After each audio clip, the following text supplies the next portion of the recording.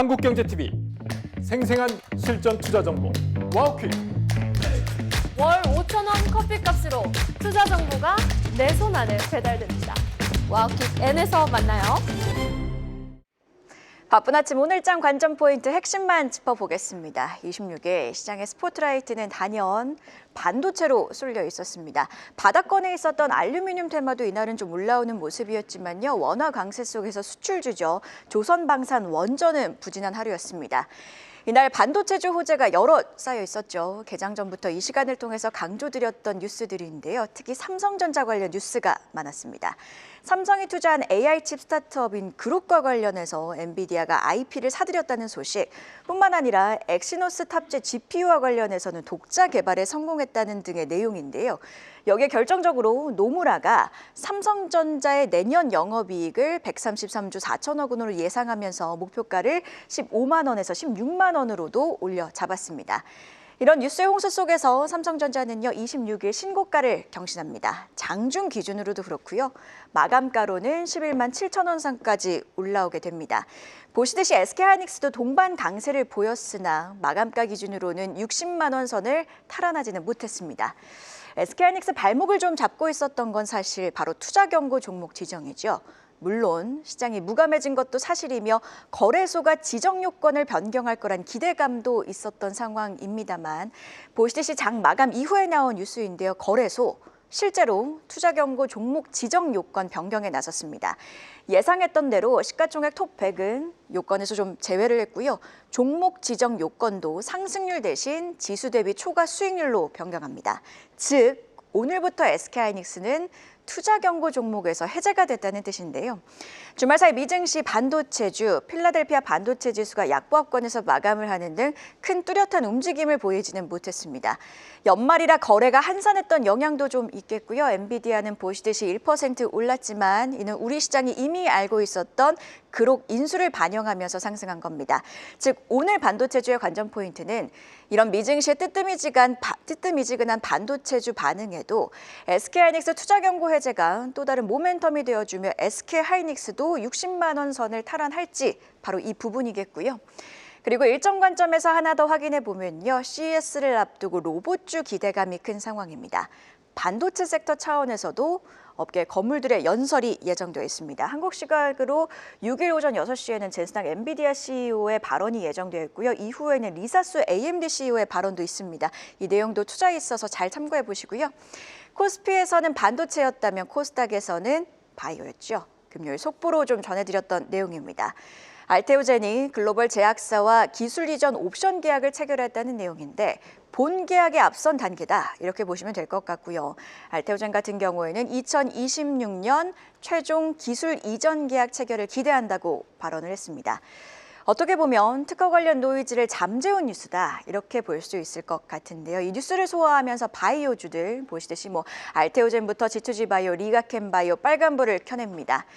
앞서 언급한 1월 글로벌 이벤트 CES 외에도 JP모간 헬스케어 컨퍼런스도 부각이 되고 있죠. 참여 기업으로는요. 마찬가지로 알테오젠, D&D 파마텍, 그리고 대웅제약부터 한미약품 등이 있겠습니다. 대주주 양도세 회피를 위한 매도 마지막 날이 지난주 금요일이었습니다. 즉 양도세 회피 물량도 좀 지나간 만큼 시장이 바이오주 차원에서는 JP모간 헬스케어 컨퍼런스 모멘텀을 더 집중해 줄지 오늘장 주목해 보고요. 한편 2차 전지주는 지난주 금요일에도 추가 하방 압력을 받았습니다. LG 에너지 솔루션, 혼다와 합작해서 만들었던 미국 공장 자산을 매각한다는 소식이 있었습니다. 보시듯이 유동성 확보 차원이라는 맥락에서는 어느 정도의 긍정적인 해석이 가능하지만 오히려 시장은 그만큼 업황이 좋지 않다는 뜻 아니냐는 그러니까 설비 투자 축소 신호로 해석을 하면서 2차 전지주들은 하방 압력을 받았습니다. 금요일 장 마감 이후 추가 악재도 들려온 상황이죠. 포드에 이어서 LG 에너지솔루션 관련해서는 추가 계약 해지와 관련된 내용들이 부각이 됩니다. 미국 배터리팩 제조사 프로이덴베르크 배터리 파워 시스템즈와 3조 9천억 원 규모의 계약을 해지한다고 밝힌 건데요. 이전 포드 물량까지 좀 합치면 이달 들어서 13조 6천억 원 규모의 LG 에너지 솔루션 계약이 무산됐습니다. 이 뉴스 속에서 시간에 애프터마켓에서 2차 전지주 약세를 보였는데요. 정규장에서도 이 뉴스 어떻게 반영될지는 계속해서 주시하셔야겠습니다. 전일장 또 다른 약세 섹터는 바로 조방원이죠. 원화 강세, 즉 원달러 환율이 하락하면서 낙폭이 깊지는 않았습니다만 수출주이다 보니 해당 섹터들이 좀 밀린 건데 그래도 조선 섹터는요, 호재가 되어줄 뉴스들도 들려왔습니다. HC현대중공업이 필리핀 국방부로부터 호위함 2척을 추가로 수주했습니다. 계약 규모는 8,447억 원이고요.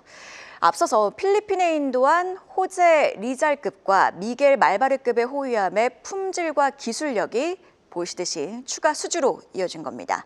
HC현대중공업은요, 함정 수출 20척의 시대를 열었고요. 이외에도 개별적으로 보자면 한라 IMS도 대선조선소의 영도조선소 인수를 통해 MRO라는 신성장 동력을 확보한 상황입니다.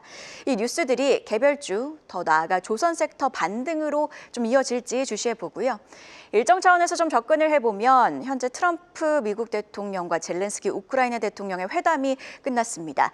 회동에 나서기 전 발언들부터 좀 체크를 해보면 트럼프 미국 대통령은요, 기자들에게 협상과 관련해서는 최종 단계에 있다고 언급을 했고요. 강력한 안전보장이 있을 것이라고 밝혔습니다. 뿐만 아니라 이 전에 진행한 푸틴과의 전화에서는 생산적인 통화였다고 평가를 하기도 했는데요. 회담 이후에는요, 트럼프 대통령 젤렌스키와 훌륭한 회담을 가졌고 합의에 매우 근접했다고 발언을 했습니다. 이 발언이 재건주와 방산주 협의에는 어떤 영향을 줄지, 그리고 또 추가로 나온 발언들이 있다면 바로 속보로 전해드리겠습니다. 일정 관점에서 하나 더 함께 확인을 해보면요, 30일인 내일 코엑스에서 국가대표 AI 관련 독자 AI 파운데이션 모델 프로젝트 1차 발표회가 예정이 되어 있습니다. 독자 AI 5개 컨소시엄 프로젝트의 1차 성과가 공개가 되는 건데요. AI 소프트웨어 테마 잊혀진 섹터 중 하나입니다. 일정을 앞두고 시장의 주목도가 올라가는지 역시 관전 포인트겠습니다.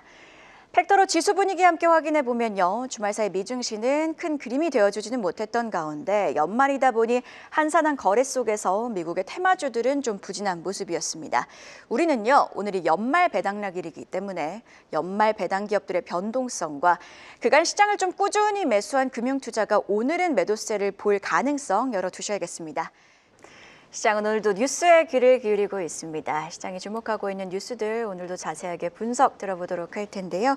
오늘은 반종민 프레스티지 경영전략연구소 소장과 함께합니다. 어서 오세요. 벌써 올해 마지막 월요일입니다. 마지막 월요일 반종민 소장과 함께 하는데요.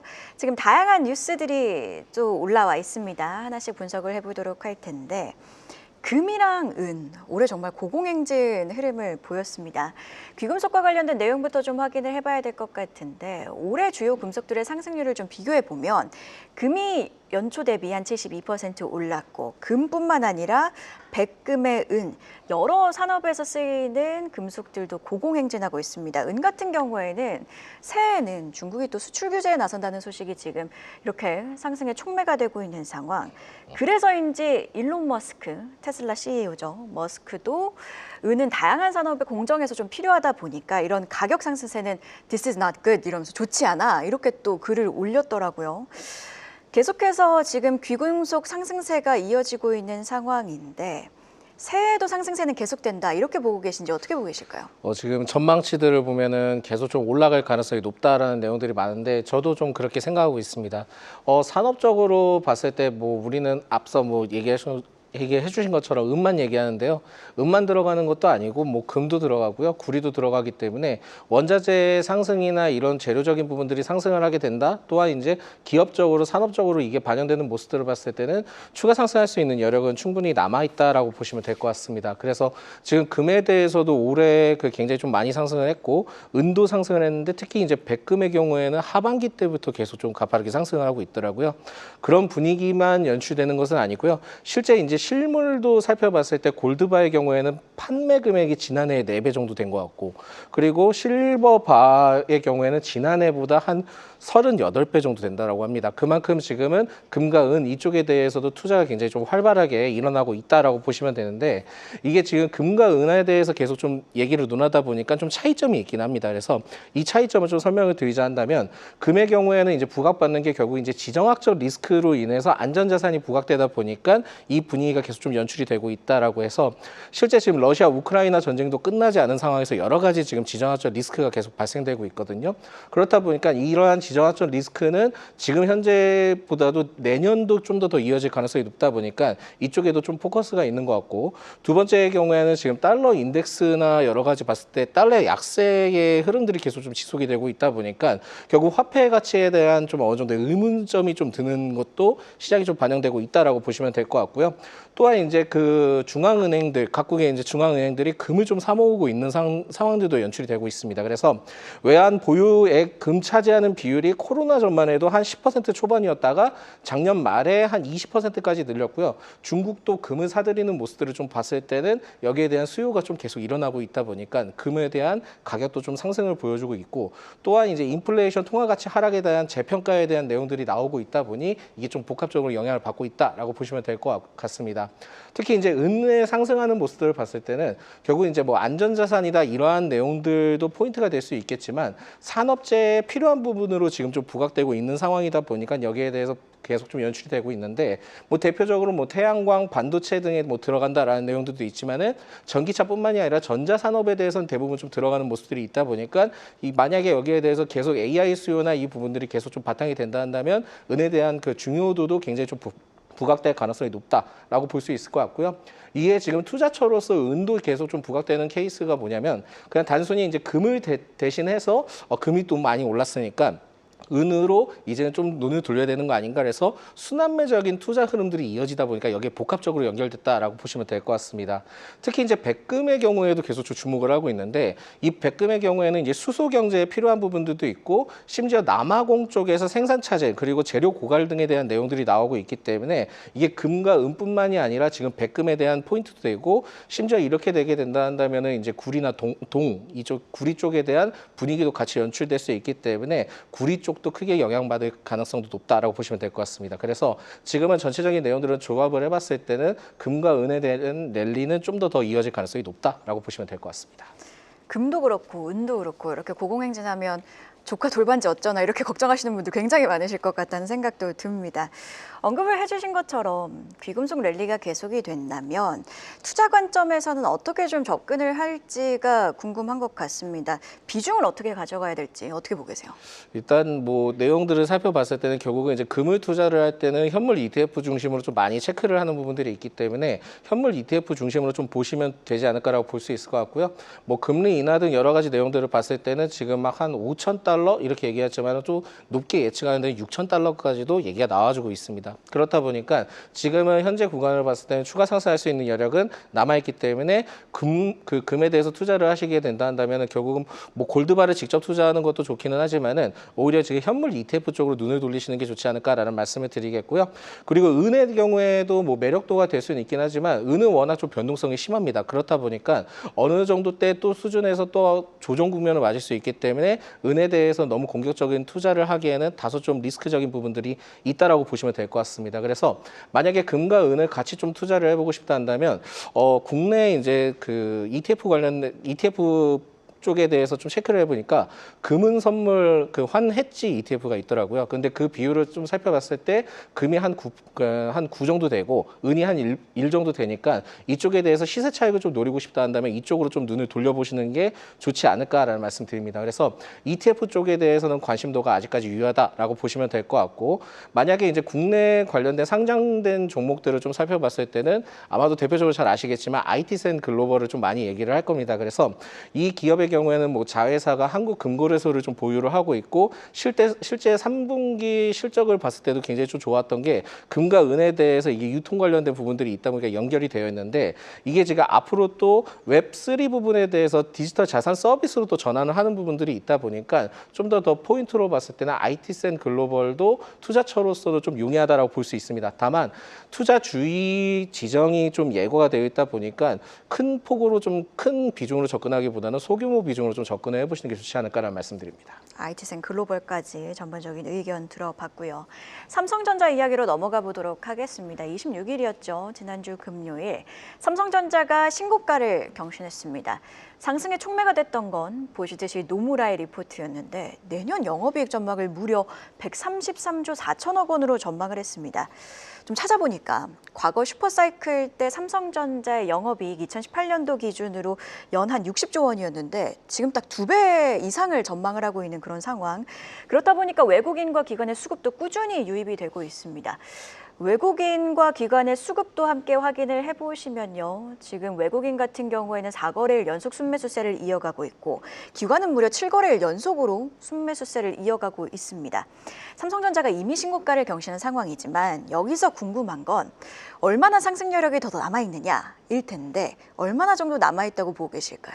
일단 뭐 예측하는 걸 봤을 때 뭐 영업이익이 133조 원이면 엄청나잖아요. 그러다 보니까 기존에 한 지난달인가 지난달 때 예측을 했을 때도 한 영업이익이 한 100조 원 정도 예측을 했습니다. 그때 당시 때 목표 주가의 그 의견을 냈던 곳을 좀 살펴봤을 때는 16만 원 정도 얘기가 많이 나왔었거든요. 그래서 이전에 좀 저도 여기서 출연을 했을 때 삼성전자 얘기를 했을 때 적어도 한 15에서 16 정도는 예측이 되지 않겠냐라고 했는데 이 부분들이 계속 좀 반영받고 있다라고 보시면 되는데 이게 지금 삼성전자에 대해서 좀 포인트를 생각을 하실 때 뭐가 중요하냐면 그 디램 가격에 대해서도 이것도 중요하고 낸드도 모든 여러 가지 내용들이 중요합니다. 그만큼 지금 반도체 수요에 대해서 폭발적으로 계속 좀 나와주고 있고 쇼티지 현상에 대한 부각도 같이 좀 이뤄지고 있다 보니까 영업이익에 대해서는 크게 이제 그 100조 원 돌파하는 거는 충분히 가능하지 않을 거라고 볼 수 있기 때문에 이 점을 충분히 좀 반영해서 주가에 대한 흐름들을 좀 체크를 해보시는 게 좋을 것 같고요.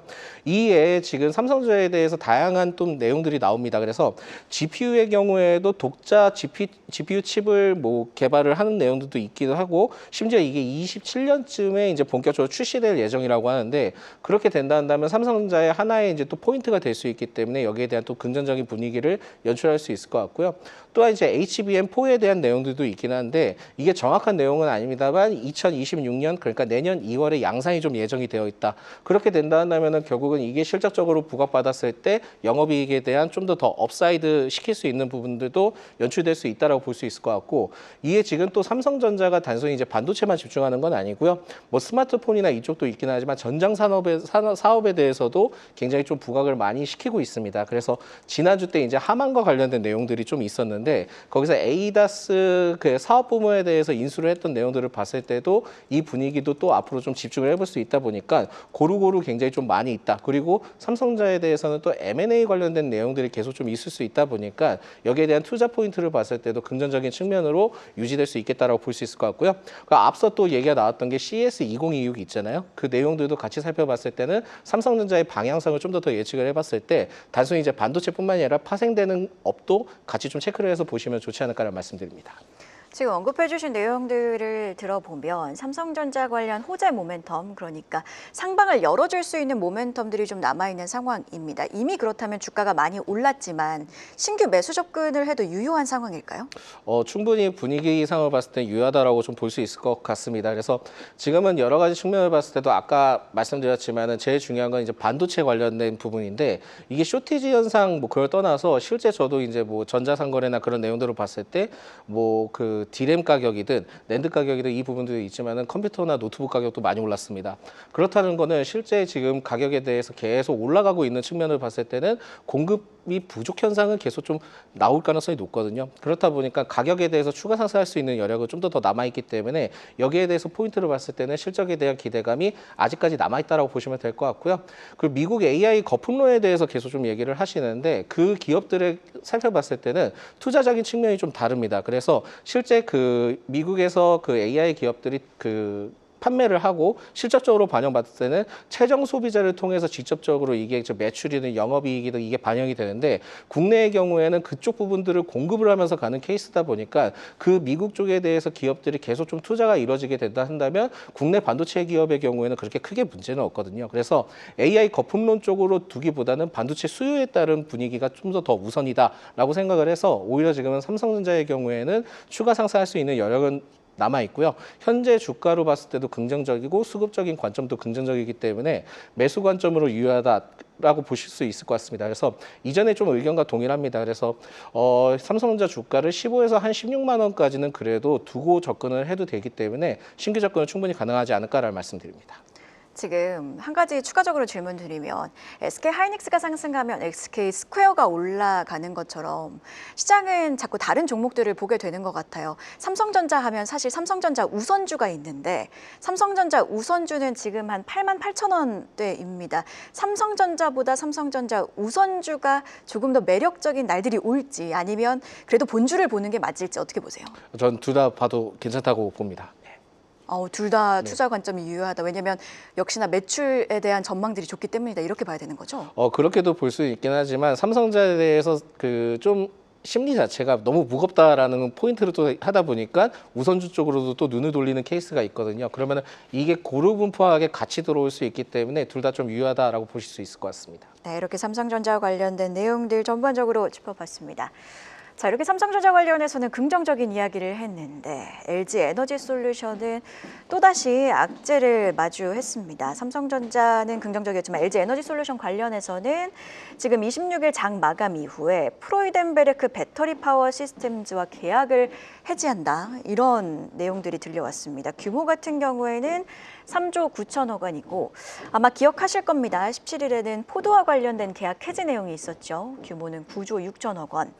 이걸 좀 합하면 열흘 새 한 13조 5천억 원 규모의 계약이 취소된 건데 여기서 궁금한 건 지금 이렇게 계약 해지가 되고 있는 상황, LG 에너지 솔루션만의 이슈로 봐야 되는 건지 아니면 2차 전지 전반에 대한 이슈로 봐야 되는 건지 어떻게 해석을 해야 될까요? 이게 그 단순히 LG 에너지 솔루션에 대한 이슈만 볼 건 아닌 것 같고요. 2차 전지 전반적인 분위기도 같이 좀 연출이 될 수 있을 것 같습니다. 근데 희한하게 나오는 날마다 이 내용들이 계속 좀 나오다 보니까 이게 저도 계속 좀 추적해서 좀 시청자분들에게 계속 좀 전달을 드려야 되기 때문에 이 점을 좀 참고하시는 게 좋을 것 같고 지금 LG 에너지 솔루션 포드와의 계약 해지 이 다음에 지금 나온 내용들인데 결국 지금 분위기를 봤을 때는 전기차 수요에 대한 부분들이 아직까지 좀 물음표로 남아 있다 보니까 결국 이제 사업성 방향성을 좀 틀어야 되는 시점이 오지 않았나라고 볼 수 있을 것 같아서 실제 계약 해지에 대한 내용들을 봤을 때는 전기차가 이게 수요가 그렇게 크게 있지 못하다 보니까 어떻게 보면 할 수밖에 없는 위치가 되지 않았나라고 볼 수 있을 것 같습니다. 그래서 지금은 현재적인 상황들을 봤을 때는 2차 전지에 대한 원래 이제 투자 포인트가 전기차 수요에 따라 굉장히 좀 많이 부각받게 됐다 한다면 기존에 좀 ESS가 튀어나오긴 했지만은 그거를 커버해 줄 만한 아직까지 요소는 좀 부족하거든요. 그렇다 보니까 지금은 계약 해지권에 대해서는 결국은 2차 전지에 대한 분위기가 좀 더 부정적인 역할을 할 수 있다라고 말씀드릴 수 있을 것 같고 제가 보기에는 지금 다른 기업들에 대해서도 추가 해지권에 대해서도 좀 나올 가능성도 열어둬야 되지 않을까라고 해서 2차 전지의 경우에는 지금은 추가 조정 가능성을 좀 열어두셔야 될 것 같고요. 전기차 수요 회복 기대보다는 결국은 ESS 포인트로 이제는 좀 방향성을 잡아야 되는데 워낙 이제 투자 포인트 자체가 전기차 수요에 대한 포커스가 많이 맞춰져 있다 보니까 이 부분들을 봤을 때는 지금은 추가 조정 가능성 열어두시고 오히려 지금 2차 ESS 산업적인 내용들이 나왔을 때 그때 좀 포커스를 잡아야 되지 않을까라는 말씀을 드립니다. 그렇지만은 오히려 지금은 어느 정도의 조정받은 부분들 분위기를 계속 봤을 때는 계속 좀 나쁘게 볼 필요는 아닌 것 같고요. 어느 정도까지 흐름들을 체크를 하고 좀 길게 본다 하면은 오히려 긍정적인 시각도 투자 포인트가 될 수 있지 않을까라고 볼 수 있기 때문에 이 점만 좀 어느 정도 생각해서 좀 길게 보시는 습관을 들이셨으면 좋겠다라는 말씀드리겠습니다. 그러면 LG 에너지 솔루션도 마찬가지로 길게 보는 전략이 유효할까요? 예, 아마 길게 보는 전략이 유효하고요. 이번에 계약 해지권에 대해서는 뭐 실적에 대한 부분에 대해서 그렇게 크게 우려에 대한 부분들은 아니라고 얘기를 했긴 했는데 그렇다 하더라도 워낙 지금 분위기가 이렇다 보니까 그 영향은 좀 있을 것 같습니다. 그렇다 보니 이전에도 얘기를 했을 때 추가 조정 가능성도 좀 어느 정도 열어야 된다라고 했는데 지금 분위기를 봤을 때 좀 더 열어두셔야 될 것 같고요. 이렇게 되면 4분기 실적에 대한 기대감은 그렇게 크게 있지 않을 것 같습니다. 그렇게 되면 결국은 또 어느 정도 때 회복 시기가 오고 새로운 모멘텀이 부각받는 시점이 어느 정도냐에 따라 또 달라질 것 같거든요. 그렇기 때문에 좀 길게 봤을 때는 내년 1분기는 쉽지 않을 것 같고요. 2분기 때부터 또 분위기가 전환될 수 있다 보니까 1분기, 2분기 때 추적 관찰을 계속 하시고 오히려 지금은 2차 전지에 투자를 하고 싶다 하면은 기간을 처음에 좀 어느 정도 보수적으로 잡고 나눠서 잡아갔다 한다면 기간을 좀 더 늘리면서 천천히 보는 전략도 유효하기 때문에 오히려 지금은 지지 구간 확인이 됐을 때 분할 매매 접근을 유효하지 하지만은 시간과 돈이 있고 기간이 좀 어느 정도 두고 접근을 하신다 한다면 분할 매매 관점으로 천천히 모아가시는 것도 괜찮다라는 말씀드립니다. 이어서 LG전자 관련 뉴스도 좀 함께 확인을 해보면요. LG전자 휴머노이드 로봇용 반도체 직접 제작에 나섰습니다. AI 칩과 관련해서는 2년 만에 자체 개발이고 LG전자가 반도체 사업도 좀 확장을 하고 있는 듯한 모습입니다. 단순하게 칩 설계, 칩 개발을 넘어서 패키징, 후공정, 장비 등의 시장으로도 전선을 좀 넓히고 있는 모습들이 포착되고 있는 상황인데 경쟁력이 얼마나 있다고 보고 계실까요? 아직까지 이 부분들을 체크하기 좀 어려운 것 같고요. 먼저 이제 2022년부터 이 LG전자가 가전제품 성능을 위해서 반도체 제작을 좀 해왔던 건 있긴 있었습니다. 그래서 이 내용이 좀 봤을 때는 LG전자가 자체적으로 칩을 바로 이제 양산을 시켜서 하는 케이스는 아니고 펠리스 형태를 통해서 TSMC 쪽으로 해서 이렇게 진행하는 형태인데 이게 반도체 쪽으로 통해 가지고 사업 확장을 넓히겠다 이거보다는 업가전을 시키기 위해서 그러니까 가전에 대한 업그레이드 시키는 버전을 통해서 진행하는 것 또한 휴머노이드 관련된 내용들 때문에 칩을 개발하고 있다라고 보시면 될 것 같습니다. 그래서 이전에 좀 기사 내용들을 체크를 해보니까요. 10월에 그 LG전자 휴머노이드 핵심 로봇둔의 개발 관련된 내용들도 있었고 11월에는 로봇용 AI 칩 관련된 내용들이 있긴 했습니다. 그렇게 된다면 전체적인 포커스를 봤을 때는 LG전자의 반도체 중심보다는 오히려 지금 LG전자와 연관된 로봇주들의 분위기가 좀 연출될 가능성이 높거든요.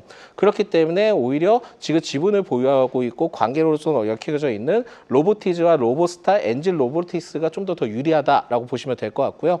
오히려 지금 로보스타의 경우에는 LG의 자체 칩인 스마트 팩토리용 로봇에 대해서도 적용될 예정이다 보니까 로보스타 쪽이 좀 더 유리하지 않을까라는 말씀을 드릴 수 있을 것 같습니다. 그래서 이 점을 봤을 때는 로보티즈, 로보스타, 엔젤 로보틱스 쪽으로 관심을 갖되 LG전자 쪽에 대해서 투자를 좀 어느 정도 진행을 하고 싶다 한다면 최근에 이제 LG AI 원팀에 대해서 그룹사 간 협업이 좀 진행됐었잖아요. 그러다 보니까 이쪽에 대해서 투자로 계속 좀 계약이 나오게 된다면 LG전자 쪽으로 좀 유리할 수 있을 것 같은데 이에 지금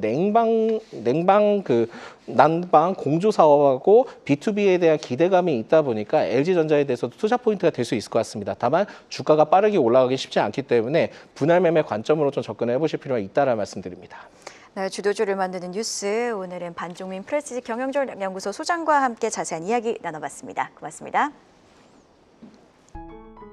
계속해서 다양한 경제 이슈를 알고 싶다면 구독과 좋아요, 알림 설정 부탁드립니다. AI 캐스터 권미정이었습니다.